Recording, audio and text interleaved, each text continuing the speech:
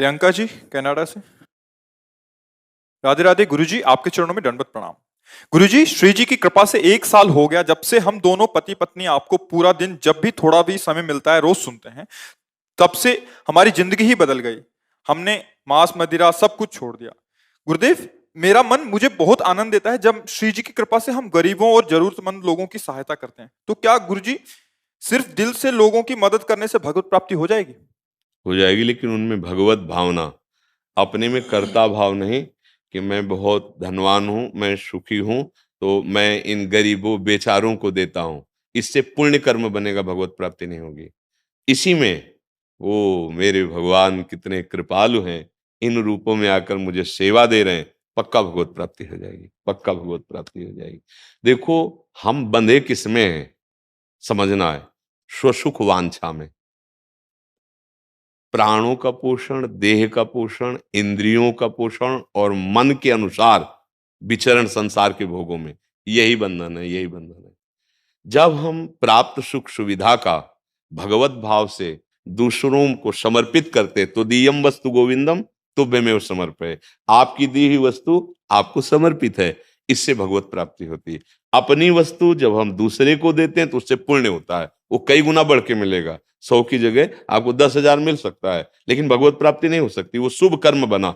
लेकिन भगवत प्राप्ति के लिए भगवत भाव आवश्यक है। जैसे माता पिता की सेवा, परिवार की सेवा, सब आ सकते हैं उसी में, इससे थोड़ी भगवत प्राप्ति होती है। उनमें भगवत भावना करके फिर उनकी सेवा करना, तब भगवत प्राप्ति। अच्युत भावना विहीन शुभ कर्म हो सकता है, वो भगवत प्राप्ति करने में समर्थ नहीं। अर्थात भगवत भावना विहीन कर्म वो शुभ कर्म हो सकता है, लेकिन वो भगवत प्राप्ति कराने में समर्थ नहीं। भगवत भावना युक्त एक छोटा सा भी कर्म आपको अध्यात्म में ऊंचे पहुंचा देगा। तत्सुख भावना, सुख देवे को चावचित, सबको सुख पहुंचे मन से, वचन से, कर्म से। जो हमारे सामने आ गया है, वो मेरा भगवान बीमार का रूप लेके आ सकता है, भिक्षुक का रूप लेके आ सकता है, किसी पशु पक्षी के रूप में सेवा मिल सकती है। उसमें पहले भगवत भावना कर, मेरे प्रभु मुझे दिखाई तो आप नहीं दे रहे, ढांचा तो पशु का दिखाई दे रहा है, पर अंदर आप हो, सेवा लेने के लिए आए, बड़े कृपाल हो, फिर सेवा करो। आपकी वो सेवा भगवान की प्राप्ति, वो शुभ कर्म नहीं बना, वो सेवा बनी। सेवा से भगवान की प्राप्ति हो जाती है।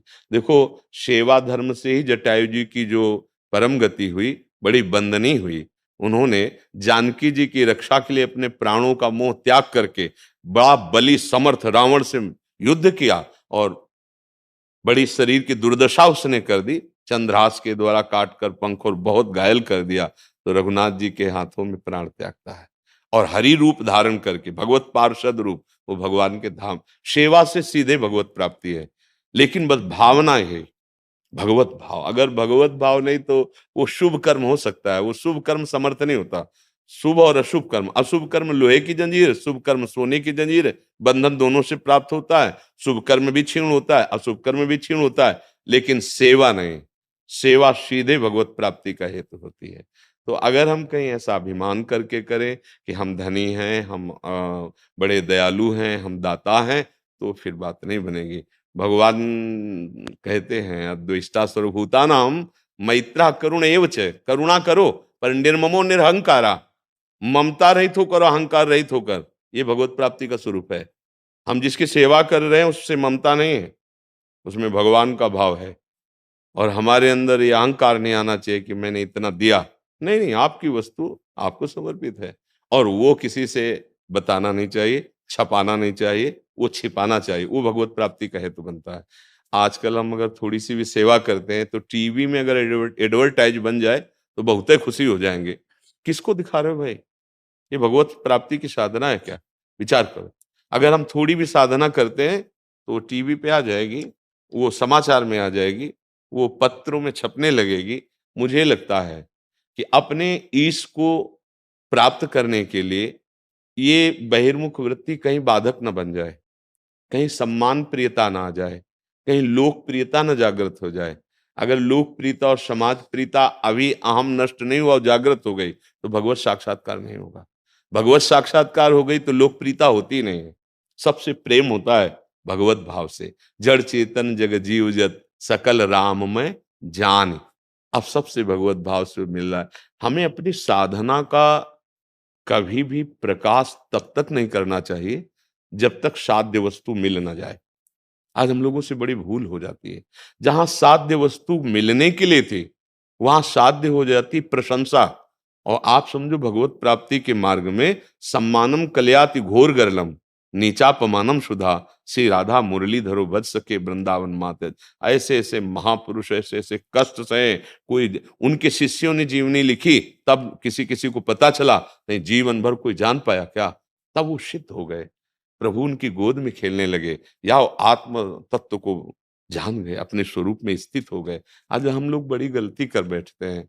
थोड़ी सी साधना बनती है जो भगवान की प्रसन्नता के लिए या स्वरूप बोध के लिए, हम उसे देहाभिमान पुष्ट करने के प्रयोग में रख देते हैं।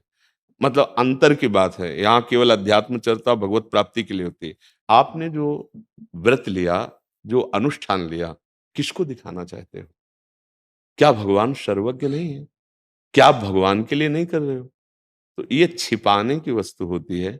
ऐसे ऐसे महात्मा जन हुए हैं, इतना कठोर भजन तप करते हुए, और जो हड्डी हड्डी, हम यही वृंदावन की बात करें, श्रीधर महाराज, और रात्रि में जब जाते थे ना, तो पहले वो ये दैन्य होकर ये कहते थे, हम लोग नई अवस्था के थे, महात्मा आप कृपा करो, भजन नहीं बनता, हम तो राधा रानी के सहारे पड़े, रात दिन भजन में डूबे हुए, कभी कोई जान नहीं पाया।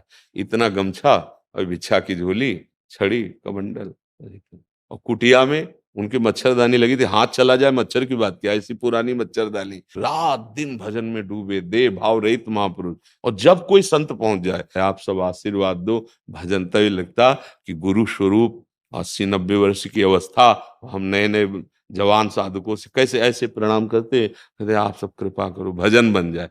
क्या दैन्यता, क्या स्थिति। आज हम लोग क्या करते हैं, थोड़ी साधना हुई, थोड़ा अनुभव हुआ, हम प्रकाशित करने लगते हैं, हम पूजने लगते हैं, हम अपना सम्मान प्रिय बन जाते हैं। नहीं नहीं, वस्तु तत्व के बोध के लिए ये बहुत बड़ा जाल हम अपना खुद रच रहे हैं, फंसने का, मुक्त होने का नहीं। ये वेश, ये उद्देश्य, चाहे वो गृहस्थी में हो, चाहे वो विरक्ति में हो, भगवत प्राप्ति के लिए मानव देह है। हमें निरंतर भजन परायण रहना है, दिखावा छू नहीं जाना चाहिए। अच्छा, 4 लोग प्रशंसा कर देंगे, क्या होगा? होगा क्या इससे? सच्ची बताते हैं, यदि अंदर आत्मानंद की अनुभूति नहीं हुई तो विषयानंद के बिना जी नहीं सकते। दो ही क्षेत्र हैं, विषयानंद, भगवदानंद। अगर आत्मानंद का अनुभव नहीं हुआ तो विषयानंद को तुम जीत नहीं पाओगे। धृति, जो रसेंद्रिय और जनेंद्रिय को अपने वश में कर ले, वो आत्मबोधवान में ही जागृत होती है, या भगवत प्रेमी महात्मा में जागृत होती है। तब तक डरना चाहिए समाज से, क्योंकि हमारी क्षमता नहीं है कि इनके आकर्षण को, इनके सम्मान को हम सह सकें। हमारा देहाभिमान पुष्ट हो जाएगा।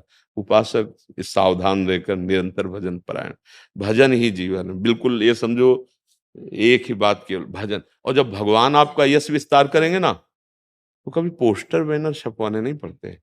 जब पुष्प में सुगंध आ जाती है तो भौरे अपने आप आने लगते हैं। ऐसे महात्मा में जब आत्मबोध या भगवत प्रीति आ जाती है, विश्व में बिस्तरे सब जग बिमल की रति, साधु संगति ना टरे, बास वृंदा विपिन पावे, श्री राधिका जो कृपा करें। इसलिए बहुत सावधान होते हुए अपनी साधना को छुपाते हुए और आगे बढ़ता चला जाए। जब तक आंख से आंख ना मिले तब तक धोखा हो सकता है। जब गुरु तत्व में स्थित हो जाए या अपने लाड़िले से, देखो काकभूषुंड जी को उपदेश करते हैं निर्गुण ब्रह्म का लोमस जी, वो क्या कहते, बार बार काट के यही कह देते, नहीं नहीं, एक बार मैं प्रभु के चरणों का साक्षात्कार करूं फिर आपसे ये ब्रह्म की वार्ता सुनूं। गुस्सा आ गई और साफ दे दिया, काक की तरह बीच में ऐसे काट देता है बात, चाह काक, कोई फर्क नहीं, कोई फर्क नहीं। सर झुकाया, प्रणाम किया और सियाराम चल दिए। बुलाया, इतनी ऊंची स्थिति, और वरदानों की झड़ी लगा दी। तो वही बात, सेवा दान पुण्य की भावना मत करो, सेवा की भावना करो। सब में भगवत भाव से, भगवान की द्वारा दी हुई वस्तु से हम भगवान की सेवा करें तो वो भगवान अपने आप को दे देते हैं। और जब अपनी वस्तु मान के देते हैं तो उसका लाभ मिलता है, पुण्य मिल जाता है कई गुना। जब इतने में बुद्धि शुद्ध नहीं तो कई गुना और बढ़ के मिल जाएगा, तब तो और बुद्धि अशुद्ध हो जाएगी। तो इसलिए भगवान की वस्तु भगवान को समर्पित, ये बहुत सिद्ध है, भगवत प्राप्ति के लिए सिद्ध कार्य है।